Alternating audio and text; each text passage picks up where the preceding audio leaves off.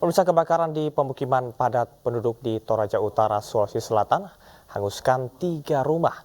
Sementara itu di Cipondoh, Kota Tangerang, pabrik pembuatan koper terbakar.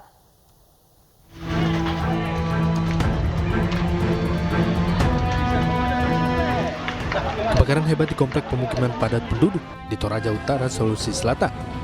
Akibatnya kebakaran hanguskan 3 unit rumah milik warga hingga rata dengan tanah.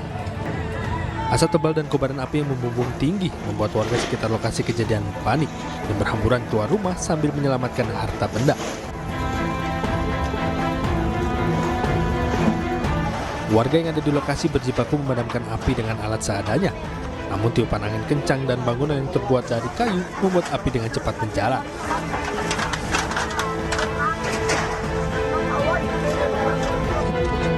Setelah terjadi kebakaran sebuah gudang pabrik. Sementara itu di Cipondoh, Kota Tangerang, kepulan asap hitam pekat nampak dari gudang yang juga dijadikan pabrik pembuatan koper. Kebakaran yang melanda pabrik ini diduga akibat hubungan pendek arus listrik di salah satu bagian pabrik.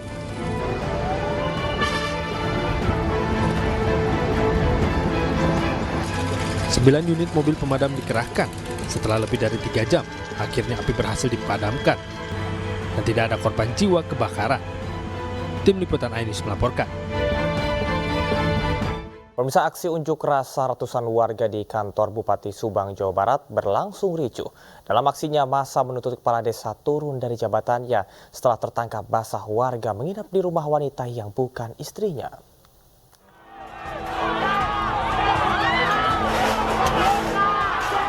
Unjuk rasa ratusan warga Kalensari, Kabupaten Subang, Jawa Barat di kantor Bupati Subang ricuh Senin siang. Kericuhan terjadi ketika massa memaksa masuk ke kantor Bupati Subang. Warga merobohkan gerbang kantor Bupati Subang yang dijaga ketat oleh petugas kepolisian dan Satpol PP.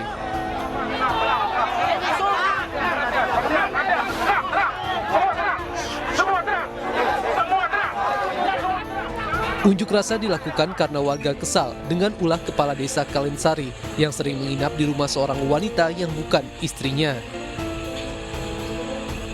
Menurut warga, tindakan kepala desa tersebut telah mencoreng nama baik desa yang merupakan daerah santri.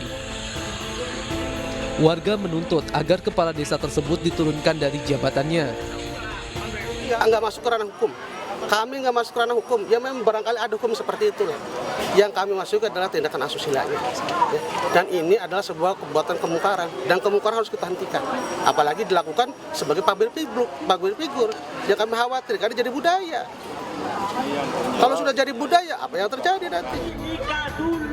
Warga membubarkan diri setelah diterima oleh perwakilan Bupati Subang. Namun warga akan kembali berunjuk rasa jika tuntutannya tidak dipenuhi. Dari Subang, Jawa Barat, Yudi Heriawan Juanda, iNews melaporkan. Pemirsa, kepergian Indriana Dewi, korban pembunuhan berencana yang jasadnya ditemukan di Banjar, menyisakan duka yang mendalam bagi keluarga. Orang tua korban meminta para tersangka dihukum mati, sementara salah satu pelaku diketahui merupakan calon anggota legislatif dari Partai Garuda.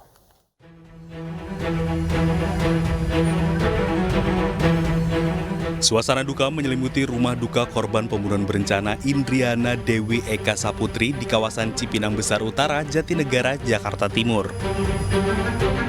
Orang tua korban tak menyangka atas peristiwa keji yang menimpa putrinya.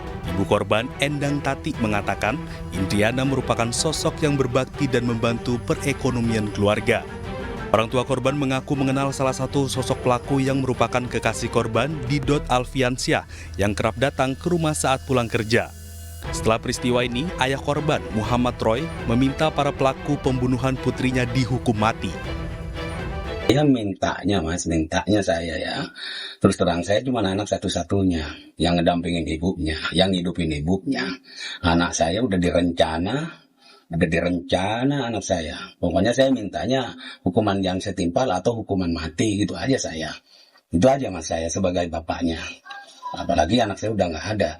Pemirsa, pria perekam bagian dalam rok perempuan di minimarket di Tanah Toraja, Sulawesi Selatan akhirnya ditangkap polisi.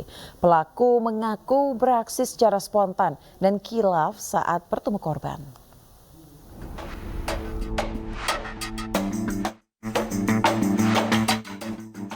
Polisi menangkap pria berinisial MM merekam bagian dalam rok seorang perempuan di Tanah Toraja, Sulawesi Selatan. Tersangka mengaku beraksi secara spontan saat melihat korban berada di minimarket. Ia merasa hilaf dan kemudian muncul niat merekam bagian bawah rok korban. Atas perbuatannya pelaku pun dijerat dengan Undang-Undang Kekerasan Seksual dengan ancaman hukuman maksimal 4 tahun penjara. Hilaf sehingga melakukan perbuatan pengambilan gambar yang tidak sepantasnya. Kita lakukan serangkaian penyelidikan dan akhirnya dapat mengamankan pelaku inisial NM. Sebelumnya pada pekan lalu, video rekaman CCTV di sebuah minimarket di Makale di Tanah Toraja viral di media sosial. Rekaman berdurasi 32 detik tersebut menunjukkan aksi bejat seorang pria yang merekam bagian dalam rok seorang perempuan saat sedang antre di kasir. Dari Tanah Toraja, Sulawesi Selatan, Jufri Tonapa, iNews melaporkan. Pemirsa, viral di media sosial, siswa SMP di Malang, Jawa Timur dipukuli oleh siswa lain dan disaksikan oleh teman-temannya.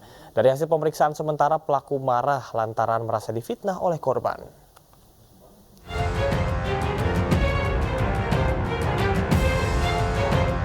Inilah rekaman kamera pengawas saat seorang siswa SMP yang masih berseragam dipukul siswa lain dan disaksikan beberapa temannya di sebuah perumahan kawasan Janti, Kota Malang, Jawa Timur. Diketahui gerombolan siswa ini merupakan siswa kelas 7 SMP swasta yang hendak berangkat sholat Jumat. Korban dipukul 2 kali di tempat berbeda hingga tersungkur. Para pelajar bubar setelah perkelahian ini diketahui warga perumahan. Awal mulanya mereka dari selatan lari ke sini karena di sini rame-rame, terus ada ibu-ibu sama anak kos keluar. Disuruh pergilah mereka semua. Lanjutnya di sini dipukul di rumput-rumput, terjatuh di sini. Dikejar sama ibu-ibu sama anak kos keluar semua. Mereka lari di sebelah sini. Dilanjutkan di sini 1 kali 2 kali pukulan, habis itu bubar. Sementara itu, polisi telah memeriksa 3 siswa dan seluruhnya masih berstatus sebagai saksi. Dari hasil pemeriksaan diketahui, pelaku pemukulan merasa difitnah korban, kemudian cekcok dan berujung pemukulan. Ketika anak tersebut adalah siswa dari SMP Nasional. Dan langkah selanjutnya dari pihak sekolah akan melakukan evaluasi. Melakukan evaluasi terhadap siswa-siswa tersebut, khususnya terhadap yang diduga pelaku. Kami dalami, jadi siswa sudah disebutkan identitas dan semuanya sudah dipelajari oleh kepolisian. Tentunya ini menjadi evaluasi kami. Tentunya pasti kami akan lakukan tindakan sesuai aturan sekolah. Korban diketahui luka memar pada pipi sebelah kiri. Saat ini kasus dilimpahkan ke Unit Perlindungan Perempuan dan Anak Polresta Malang Kota karena pelaku maupun korban masih di bawah umur.